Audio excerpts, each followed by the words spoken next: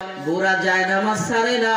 ফজর শেষ হইয়া গেল, আবার জহর আসলো, জহর শেষ হইয়া গেল, আবার আসর আসলো, আসর শেষ হইয়া গেল, আবার মাগরিব আসলো, মাগরিব শেষ হইয়া গেল, আবার এশা আসলো, এশা পার হইয়া যায়, বুড়া সেজদা থেকে উঠে না।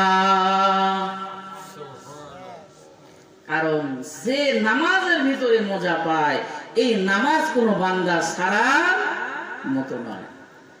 এবার এরকম করিয়া করিয়া 6 ওয়াক্ত নামাজ বুড়ার দ্বারা সংগঠিত হয়ে গেল। এবার স্ত্রীকে বলে, স্ত্রী, আমার পীর বলছিল 1 রাকাত নামাজে আমার 6টা জুতার বাড়ি, মনে আছে নাকি? 1 রাকাত নামাজে আমার 6টা জুতার বাড়ি। ও বউ, ওই যে জুতা আমাকে দে, আমি আমার পীরকে ওয়াদা করে আসিয়াছি, যদি নামাজ পড়ি 6টা জুতার বাড়ি খাওয়া লাগবে। 6 ওয়াক্ত নামাজ পড়লাম, 36টা জুতার বাড়ি খাবো। আমি আমার জুতাটা দে, আমি আমার পীরের বাড়িতে যাব।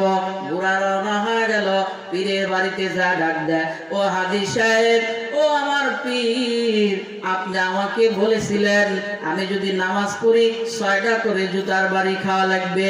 ও হাজী সাহেব, আমি তো নামাজ পড়িয়াই ফেলিয়াছি, 6 ওয়াক্ত নামাজ পড়িয়াছি, আমাকে আপনি 36টা জুতার বাড়ি দেন। এবার বুড়া ডাক দিয়া বলে, ও পীর, ও হুজুর, আপনি যদি আমাকে 100টা জুতার বাড়ি দেন, তারপরও আমি আমার মালিকের কুদরতি পায়ে সেজদা ছাড়ব না।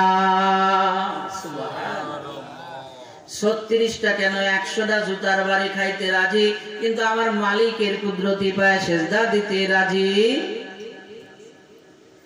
এই জন্য নামাজ পড়তে হবে কিরকম, যেরকম ভাবে সাহাবায়ে কেরাম পড়ছেন, যেরকম ভাবে রাসূল সাল্লাল্লাহু আলাইহি ওয়াসাল্লাম পড়ছেন, ঠিক কি না?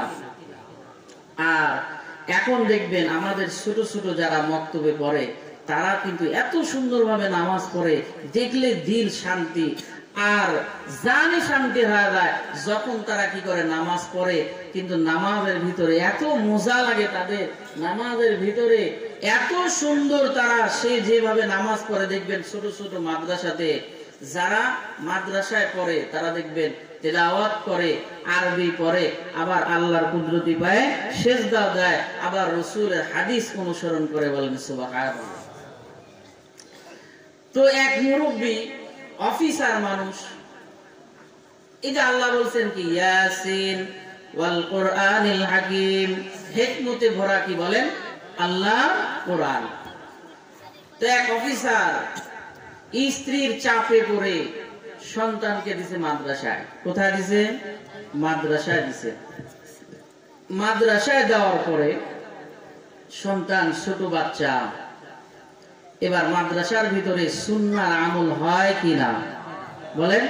মাদ্রাসার ভিতরে কি আল্লাহ রাসূলের সুন্নাহ হয় কিনা? অবশ্যই হয়। ছোট বাচ্চা কি যখন খানা খায়, হুজুর শিখায় দিছে যে দস্তরখানা পায়ে কি করবে, খানা খাবে।